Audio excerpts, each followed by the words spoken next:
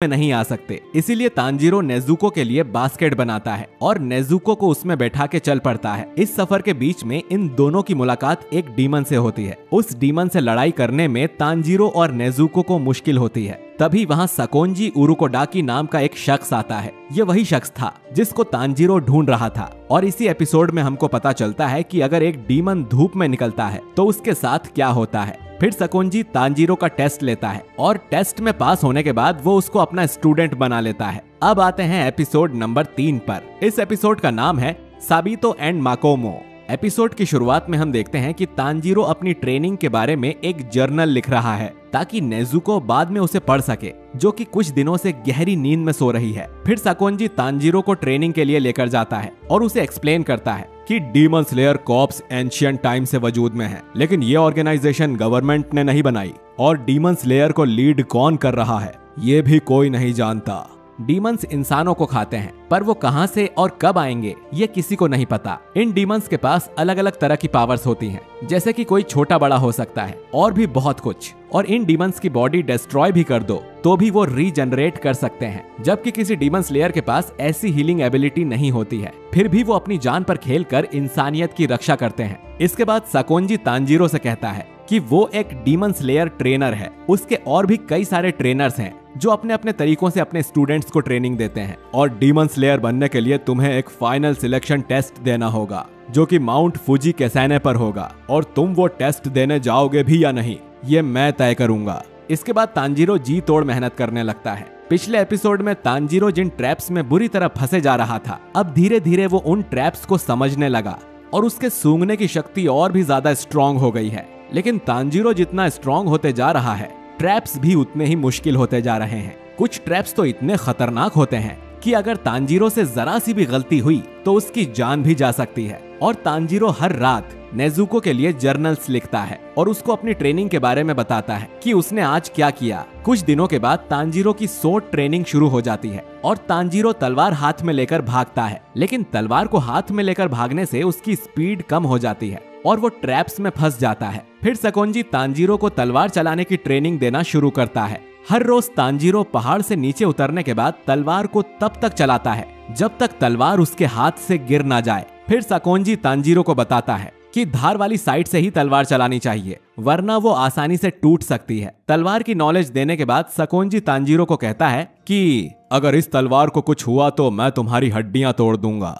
अगले दिन तांजीरो को टास्क मिलता है सकोंजी पे हमला करने का, जबकि सकोंजी के हाथ में कोई भी वेपन तक नहीं था। फिर भी तांजीरो उसे छू भी नहीं पा रहा था। ट्रेनिंग से वापस आकर तांजीरो देखता है कि नेजुको अभी तक सो रही है, जिसकी वजह से तांजीरो थोड़ा निराश नजर आता है। इसके बाद सकोंजी तांजीरो को टोटल कंसंट्रेशन ब्रीदिंग टेक्निक सिखाता है और ये भी कि वो तांजीरो को सभी 10 तरह की वाटर ब्रीदिंग टेक्निक्स भी सिखाएगा। सकोंजी तांजीरो को गहरी सांस लेने को बोलता है ताकि ऑक्सीजन उसके पूरे शरीर के हर सेल में जा सके। तांजीरो गहरी सांस लेता है तो सकोंजी उसे एक थप्पड़ मार देता है, क्योंकि वो ठीक तरह से सांस नहीं ले रहा था। उसके बाद सकोंजी तांजीरो को पानी से एक होने के लिए कहता है और तांजीरो को लात मार के झरने में गिरा देता है। ऐसे ही 6 महीने बीत जाते हैं और नेजुको अभी तक गहरी नींद में सोई हुई थी। नेजुको का चेकअप कराने के लिए सकोंजी एक डॉक्टर को भी बुलाता है, लेकिन डॉक्टर को भी कुछ समझ नहीं आता। तांजीरो को इस बात का डर था कि कभी ऐसा ना हो कि वो एक सुबह उठे और नेजुको मरी हुई मिले। कुछ और महीनों तक ट्रेनिंग करने के बाद हम देखते हैं कि तांजीरो ट्रैप्स से बचना और तलवार चलाना भी अच्छे से सीख गया है। सकोंजी से ट्रेनिंग करते हुए तांजीरो को अब 1 साल हो गया था। तो सकोंजी तांजीरो से कहता है कि अब तुम्हें सिखाने को कुछ नहीं है, ये और अब आगे सब कुछ तुम्हें खुद ही करना है। इसके बाद सकोंजी तांजीरो को एक जंगल में ले जाता है जहाँ एक बड़ा सा पत्थर रखा हुआ था। सकोंजी कहता है कि अगर तुम इसको अपनी तलवार से 2 टुकड़ों में काट पाए तभी मैं तुम्हें उस फाइनल टेस्ट में जाने दूंगा। ये सुन के तांजीरो सोच में पड़ जाता है कि क्या इतने बड़े पत्थर को काटा भी जा सकता है, लेकिन फिर सकोंजी वहां से जाने लगता है। उसके बाद तांजीरो हिम्मत जुटाता है और तलवार का एक जोरदार वार उस बड़े से पत्थर पे करता है। पत्थर को तो कुछ नहीं होता, लेकिन तांजीरो उस हमले के कंपन से जरूर हिल जाता है। फिर हम देखते हैं कि सकोंजी ने तांजीरो को 1 साल में जो जो चीजें सिखाई, तांजीरो हर दिन उसकी प्रैक्टिस करता है। तांजीरो दोबारा जाता है और उस बड़े से पत्थर को काटने की कोशिश करता है, लेकिन इस बार भी उससे ये टास्क पूरा नहीं होता। इस वजह से तांजीरो निराश हो जाता है और सोचते रहता है जिसमें 6 महीने और बीत जाते हैं। तांजीरो और कड़ी ट्रेनिंग करने लगता है, लेकिन उसके बावजूद भी वो उस बड़े से पत्थर को काटने में फेल हो जाता है। अब तांजीरो डीमोटिवेट फील करने लगता है और कहता है कि मैं लगभग हार मान चुका हूँ और अंदर से टूट चुका हूँ। फिर तांजीरो उस बड़े से पत्थर पे अपना सिर मारने लगता है और तभी उसे एक शख्स की आवाज सुनाई देती है जो तांजीरो से कहता है कि रोने से कुछ नहीं होगा। तांजीरो देखता है कि जिस बड़े से पत्थर को वो काटने की कोशिश कर रहा था उस पे एक आदमी बैठा है जिसने अपने चेहरे पर एक फॉक्स मास्क भी पहना हुआ था। तांजीरो उस शख्स को देख के हैरान हो जाता है क्योंकि तांजीरो को उसकी स्मेल नहीं आ रही थी और इस शख्स का नाम साबितो है। फिर साबितो उस बड़े से पत्थर से जंप करके तांजीरो को लात मारता है और तांजीरो को दूर धकेल देता है। फिर वो तांजीरो को धीमा, कमजोर और नासमझ कहता है और आगे बोलता है कि ऐसे मर्द नहीं बना जाता। फिर तांजीरो बताता है कि मैं यहाँ ट्रेनिंग कर रहा हूँ, मेरे पास असली तलवार है और तुम्हारे पास लकड़ी की तलवार है। ये सुन के वो शख्स जोर जोर से हंसने लगता है और कहता है मेरी फिक्र करने के लिए तुम्हारा शुक्रिया, पर क्या तुम्हें लगता है कि तुम मुझे चोट पहुंचा सकते हो? फिर वो शख्स तांजीरो से सोर्ड फाइट करने लगता है और कहता है कि मैं तुमसे ज्यादा ताकतवर हूँ और मैं अपना ये बोल्डर पहले ही काट चुका हूँ।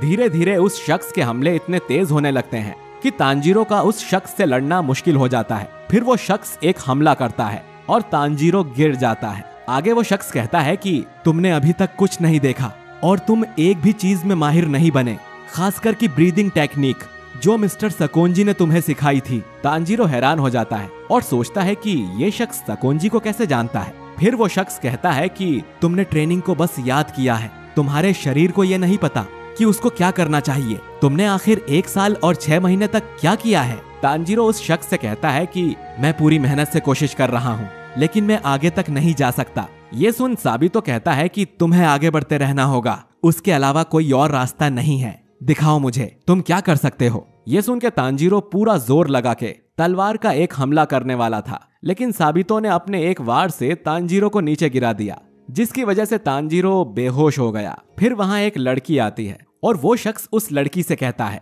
अब मैं ये तुम पर छोड़ता हूँ। वो लड़की हाँ में सिर हिलाती है। कुछ देर बाद रात हो जाती है और तांजीरो को होश आ जाता है। फिर वो लड़की तांजीरो से पूछती है कि क्या तुम ठीक हो? तांजीरो उस लड़की से कहता है कि क्या तुमने वो हमला देखा? वो कितना शानदार था। क्या मैं भी कभी उस लड़के जितना पावरफुल बन सकता हूँ? वो लड़की कहती है कि अब मैं तुम पे नजर रखूंगी तो तुम भी ये कर सकते हो। फिर वो लड़की स्माइल करती है। उस लड़की को देख के तांजीरो मन में कहता है कि ये कितनी क्यूट है। फिर उसे पता चलता है कि इस लड़की का नाम माकोमो है और जिसने फॉक्स वाला मास्क लगाया था उस शख्स का नाम साबितो है। माकोमो तांजीरो को उसकी गलतियां बताती है जो कि वो अब तक करते आ रहा था। तांजीरो ये जानना चाहता था कि माकोमो आखिर कहां से आई है और वो तांजीरो की हेल्प क्यों कर रही है, लेकिन माकोमो अपने बारे में तांजीरो को कुछ नहीं बताती। आगे हमें पता चलता है कि माकोमो और साबितो भाई बहन नहीं है, लेकिन इन दोनों के अनाथ हो जाने के बाद सकोंजी ने ही इनको पाला था। फिर वो लड़की कहती है कि हमारे अलावा और भी कई बच्चे हैं जो तुम्हें देखते हैं। तांजीरो फिर मन में सोचता है कि माकोमो एक अजीब लड़की है। इसके बाद माकोमो तांजीरो को टोटल कंसंट्रेटिंग ब्रीदिंग टेक्निक के बारे में बताती है, जिससे इंसान के दिल की धड़कन और ब्लड सर्कुलेशन बहुत तेज हो जाता है और उसका शरीर जल्दी से रिएक्ट कर पाता है। इस टेक्निक से कोई भी इंसान डीमन जितनी ताकत से अटैक कर सकता है। सबसे जरूरी फेफड़े होते हैं जिनकी कैपेसिटी बढ़ाने से शरीर की ताकत बढ़ती है। तांजीरो को इन सब बातों में बिल्कुल यकीन नहीं होता, फिर भी वो पूछता है कि वो कैसे इतना पावरफुल बन सकता है। माकोमो कहती है कि मरने जैसी हालत तक ट्रेनिंग करो। फिर तांजीरो कई महीने तक कड़ी ट्रेनिंग करता है, जिसमें वो कई बार साबितो से हार जाता है। फिर 6 महीने के बाद तांजीरो साबितो को एक आखिरी बैटल के लिए बुलाता है और इस बार साबितो अपनी असली तलवार लेकर आया था। तांजीरो उससे कहता है कि आज के दिन मैं जीतूंगा। फिर तांजीरो लंबी सांस लेता है और दोनों एक दूसरे की तरफ हमला करते हैं, लेकिन इस बार तांजीरो अपनी तलवार से पहले साबितो पर अटैक करता है। इस हमले से साबितो का मास्क 2 हिस्सों में टूट जाता है। तांजीरो पहली बार साबितो का चेहरा देखता है जो कि स्माइल कर रहा था। फिर माकोमो उससे कहती है कि तुमने जो किया उसको भूलना मत और उसे भी हरा देना। और पलक झपकते ही साबितो और माकोमो वहां से गायब हो चुके थे। तांजीरो देखता है कि उसने अपनी तलवार से साबितो के मास्क को नहीं बल्कि उस बड़े से पत्थर को काट दिया है। और इसी के साथ डीमन स्लेयर का एपिसोड नंबर 3 यही खत्म हो जाता है। तो दोस्तों, अगर आपको ये वीडियो पसंद आया है तो इसे लाइक करिए, अपने दोस्तों से शेयर करिए और साथ ही कमेंट करके बताइए कि आपको ये एपिसोड कैसा लगा। अगले वीडियो के लिए हमारे चैनल वाइपर एनिमे एक्सप्लेन्ड को सब्सक्राइब करके बेल आइकन जरूर दबाइए। बाकी मैं मिलता हूँ आपसे बहुत ही जल्द एपिसोड नंबर 4 के साथ, जिसका नाम है फाइनल सिलेक्शन। शुक्रिया।